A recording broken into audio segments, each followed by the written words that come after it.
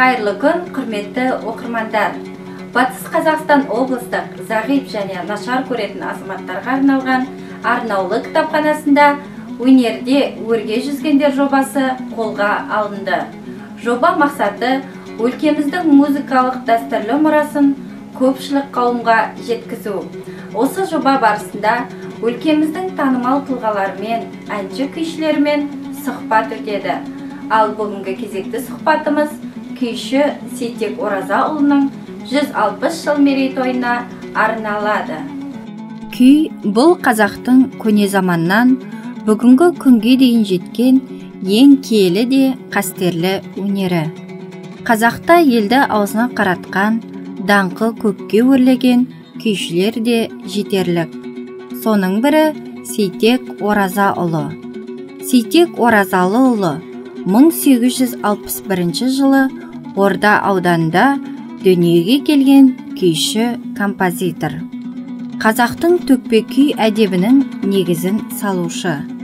5 жасында әкеден қалып, ағайыны шошақтың тәрбиесінде болған. Алғаш домбыра тартуды ағасынан үйренген. Ауыл арасында бала домбырашы атанып, сол кездегі Әлікей, Салауаткерей, Тұрып, Мәди сияқты домбырашылардың алдын көреді. Олар арқылы әйгілі Дәулеткерейдің күйлеріне ден қойып, оның күйлеріндегі шеберлік шалымдарды игереді. Сейтек мүше жасқа толғанда ата салтымен нағашылап Атырау бойындағы Дәулетиярдың аулына аттанады. Өзімен бірге домбырасын ала шығады. Осы сапарында Сейтектің жолы болып, ұлы күйші Құрманғазының алдын көреді. Ықыласына бөленіп, тілеуқор лебізін естиді. Бұл оның өміріндегі елеулі кезең еді. Мұнан кейін күй өнерін өмірінің мағынасына балап, күйдің өмір жырлағыш, ұлы қасиетіне құныға ден қояды. Ел ішіндегі шет-шегі жоқ, не бір інжу маржан күй нөпірін естіген сайын құнығып, енді бірте-бірте өріс ұзартып, өнерді өмірлік мұратына айналдыра бастайды. Ел ішін армансыз аралап, Орал, Астрахан аймағындағы, Еділ мен Жайық бойындағы, Нарын алыбындағы күйшілік дәстүрлермен танысады. Сейтек заман әділетсіздігіне қарсы шыққаны үшін қуғындалып, Орда, Иркутск, Астрахан, Бутырка түрмелеріне қамалады. Сібірге жер аударылады. Осы кезеңде Айдау, Түңілдім, Арман атты күйлерін шығарады. 1905 жылы каторгадан босап, еліне оралады. Мұнда ол анасы мен баласының қайтыс болғанын естіп, өзінің қайғы қасіретін Жоқтау, Ғазиз атты күйлерінде бейнелейді. Жігер, заманай, терең психологиялық мазмұнға құрылған күйлері Сейтек шығармаларының жан-жақты өріс алғандығын танытады. 1923 жылы Мәскеуде өткен бүкіл одақтық ауыл шаруашылығы көрмесіне қатысып, өнер көрсетеді. Ол түрікпен күйлерінде қолданылатын негізгі бас пернені домбыраға пайдаланады. Бұл перне қазірде Сейтек перне деп аталады. Сейтек сонымен бірге ән де шығарған. Оның Сейтек әнін Александр Затаевич 1000 ән жинағына енгізген. Сейтек атамыздың мықтылығы, Сейтекті аттан ешкім аударып көрмеген. Мергендігі өз алдына бір әңгіме, мылтықты екі қолмен қатар атқан дейді.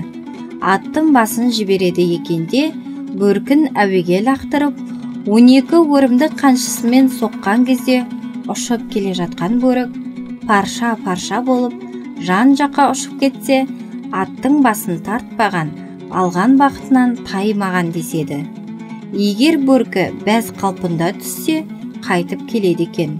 Өзінің шабытты да жігерге толы серпінді күйлерін халық атынан сөйлетіп, домбыра өнерін ту етіп көтерген өнерпаздың 72 жас өмірінің 25 жылы үстемтап өкілдермен арпалыста, қуғын мен қамауда өткен Сейтектің күйлері бастан кешірген ғұмыр шежіресі болғанымен, ханның зердесіндей, уақыт үніндей, замана тынысындай болып жаңғырары сөзсіз. Ендеше назарларыңызға онлайн сұхбатты ұсынамыз. Кітапхана қонағы Дарын мемлекеттік жастар сыйлығының иегері Дәулеткерей атындағы Қазақ халық аспаптары оркестрінің дирижері Жарас Сатбалдиев. Ал сұхбатты жүргізетін Қазақстанның еңбек сіңірген қайраткері, Парасат орденінің иегері, айтыскер ақын Ғарифолла Құрманғалиев атындағы облыстық филармониясының әншісі Қатимолла Бердіғалиев. Армысыздар, құрметті көрермендер, тыңдармандар. Біз бүгінгі түсірілімімізді Батыс өңірінің дәулескер күйшілерінің бірі Бөкейорда ауданының тумасы, Төре руынан шыққан Сейтек Оразалиевке арнаймыз. Сейтек күйлерін бізге жеткізушілердің біразын атап өтті. Бүгінгі сіздерменен дидараласатын күйшіміз осы кітапхананың оқырманы Болат Сатыбалдиевтің ұлы, Дәулеткерей атындағы оркестрдің дирижері Жарас Болатұлы Сатыбалдиев. Жарас, енді әңгімемізді күйден бастасақ. Мынау Сейтектің Бұлбұл Айша деген күйінің тарихын қысқашамен айтып, сен орындап берсең. Астрахань губерниясын аралап келе жатып, Сейтек бір ауылға келгенде тойдың үстінен түсіпті. Енді той болғаннан кейін ән салынып, домбыра тартылатын, ол енді екі бастан белгілі. Сөйтіп домбыра тартып отырса, мынау халықтың өзі де домбырашы екені белгілі болып қалады. Содан Сейтек үкілі домбырасын халыққа берсе, халық домбырасын күйге келтіріп, домбыраны күйге келтіруінің өзінде бір мән бар екен, үлкен сыр бар екен Сейтек түсініп отырады. Сол домбыраны күйге келтіріп, бір күй ойнап береді. Күй Сейтекке де, тыңдармандарға да баршасына ұнайды. Сейтек риза болып, шырағым, домбыраң бұлбұлша сайрайды екен деп, қалыңдықтың аты Айша екен, соған арнап Бұлбұл Айша күйін шығарған екен. Ал Жарас, кітапханамызға қош келдің. Енді жаңағы күйді өзіңнен тыңдасақ. Көп рахмет. Енді мына жолың Сейтек Оразалының шығармашылығына арналып жатыр екен. Көп рахмет. Енді жаңағы күйге кезек берейік. Бұлбұл Айша.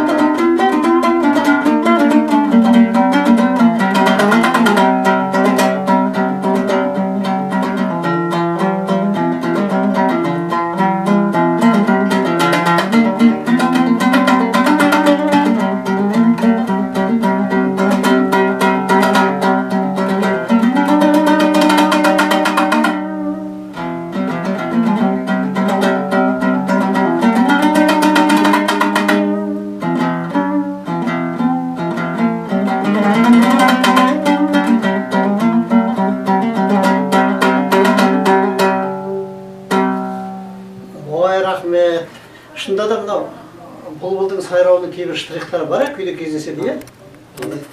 Сондықтан да бұны бұлбұлайша деп ойнаған ғой енді. Ақаңның әңгімесінде де, академик Ахмет Жұбановтың әңгімесінде де осы штрихтардың бар екені айтылады. Жай тыңдарманда да сезіледі екен. Енді Сейтектің көп қудаланғаны, елге үлкен қиындықпенен сонау Үркіттен, Сахалиннен жаяу қашып келгені тарихта бар. Бұл енді Сейтек анау хан төрелерге бас имеген, жалпы кеудесін ешкімге бастырмаған үлкен намысқой ер жігіт болып өскен. Соның себебінен де артынан қуғындаушылар көп болып, осы мені төбе ұстайды-ау деген кезде бір Бота деген досының үйіне келіп отырып, егер мені ұстап алатындай жағдай болса, мына Торат өзіңе аманат сақтарсың, мен тірі болсам келем ғой деп әңгімелеген екен дейді. Сонан тысқа шығып, екеуі Тораттың қасына келіп тұрса, Тораттың мүсініне көңілі толған Сейтек, ай сен жылқы тұқымынан шыққан тек қана ат емессің, сен қанатты құссың ғой ұшатын деп сүйсініп, киіз домбырасын алып, жаңа Торат күйін тартқан екен дейді. Осы Торат күйі де өзінің репертуарында бар, иә? Енді мына тыңдармандарға, көрермендерге осы күйді орындап берсең.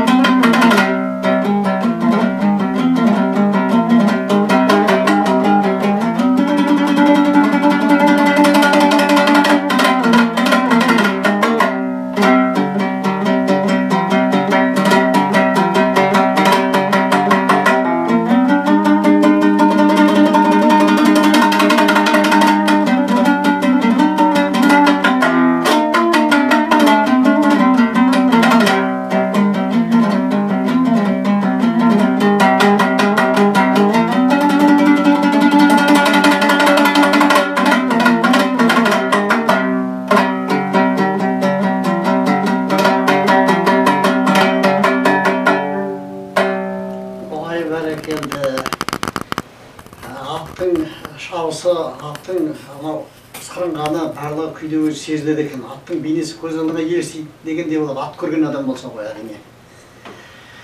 Енді мынау Сейтек сонау Сахалинге барып түрмеден түрмеге ауысыпты. Бір түрмеден бір түрмеге ауыстырып, өйткені бұл жаңа әңгіменің басында айтып кеттік, көкірегін ешкімге бастырмаған азаматты. Сол қалай да осыны жақсы ретінде ме екен, түрмеде анау бір өздерінің бір заңдары болады ғой, дейді ғой. Сол өзінен күштіге апарып сала береді екен, мына жасыту үшін. бұл жасымай ақырында сол бүкіл түрмедегілердің бәрін жаңағы күшпенен жеңіп шығып, өзіне ешкім қарсы келмейтін қылып, ақыры бір орыс жігітімен достасып, екеуі бір тұманды, теңіздің бір қатты буырқанған кезінде қашып шықты. Содан қашып өтіп, жаяулап, жалпылап елге, туған елге жеткенде, жаңағы досының үйіне, бота досының үйіне келеді ғой енді. Сөйтсе, тапсырып кеткен аты ұры-қарыдан аман сақталған, өзінің бұрынғы күйінде тұр екен. Сол үлкен достықтың, үлкен жүректің белгісі ретінде, мынау достарының жанының тазалығының белгісі ретінде жан таза күйін шығарыпты дейді. Ел аузындағы әңгімелер, ол енді ақаң да солай жазады. Ал бұл енді осы жан таза күйін тыңдап көрсек.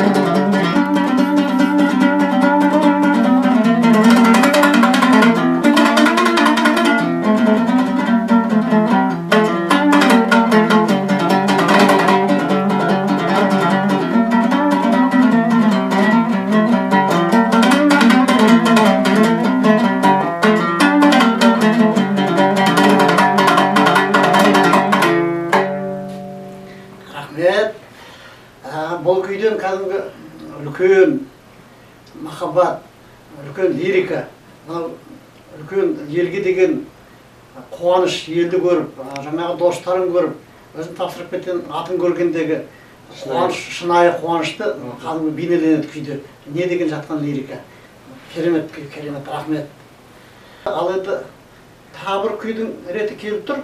Бұл енді бес қыз дейді. Аты қызық өзінің, бес қыз. О не қылған бес қыз екен деп ой салу мүмкін ғой, көрермен мен тыңдарманға. Ол былай болған екен. Сөйтек Қалмақ ауылын аралап жүріп, бір үйге кірсе, бір бес қыз дабырласып, әңгіме соғып, айқайласып отыр екен.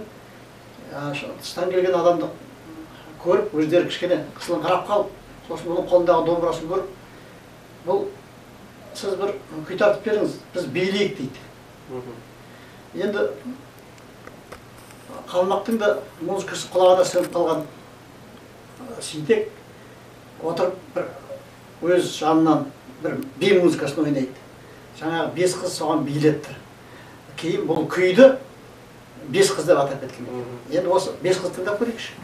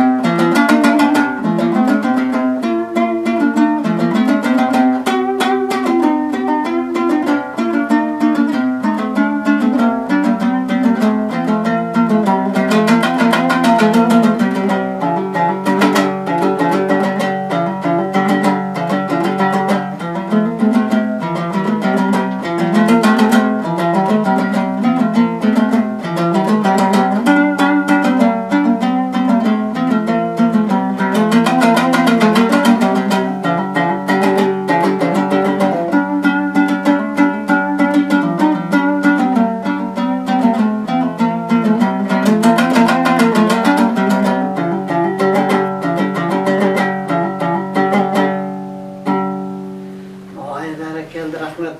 Ол күйде шында да қыздардың буындары былқылдап, былқ-сылқ етіп билеген елестеп тұрады, иә? Үйдің өзінің ритмі өте жақсы суреттелген. Сейтектің бір дауылды күйлерінің бірі бұл сексенер. Солай ғой, иә? Оның да өзіндік тарихы бізге жеткен. Өткен ғасырдың 19 жылы 15 желтоқсанында Бейсен Жәнекеш басқарған атты кавалерия ордаға келіп қоныстанады білем. Ел арасында енді әртүрлі адамдар бар ғой, ол кезде бандылардың әлі бас көтеріп қоятын, әлі қарсылық көрсетіп жүрген кездері болса керек. Молқайлар дейтін бір адам осылардың келіп қонып жатқанын анық ретінде хабарлап қойыпты. Енді өте қарулы саймасай отряд түннің ортасында ұйықтап жатқан жігіттерге келіп әлек салады ғой. Жігіттер де намысты қолдан бермейді, қолға түсіп өлгенше одан да жаумен жағаласып өлейік деп, сол жағаласқаннан 130 жігіттің 80-і қырылады, 50 ғана аман қалады. Міне осының кегін алу үшін қайтадан жорыққа шығады ғой олар. Сонда Бейсеннің айтқан бір ауыз өлеңі бар екен. Аттанып нарығымға барайық та, қылышты қызыл қанға малайық та, кешеге құрбан болған 80 жігіт жолына Мылқайдарды шалайық та деп. Осындай ұранменен аттанған екен. Осы 80-ер күйі үлкен бір дауылды, үлкен бір соғысты, аттың шауысын елестетіп тұратын күй сияқты. Осыны бір тыңдап көрейікші.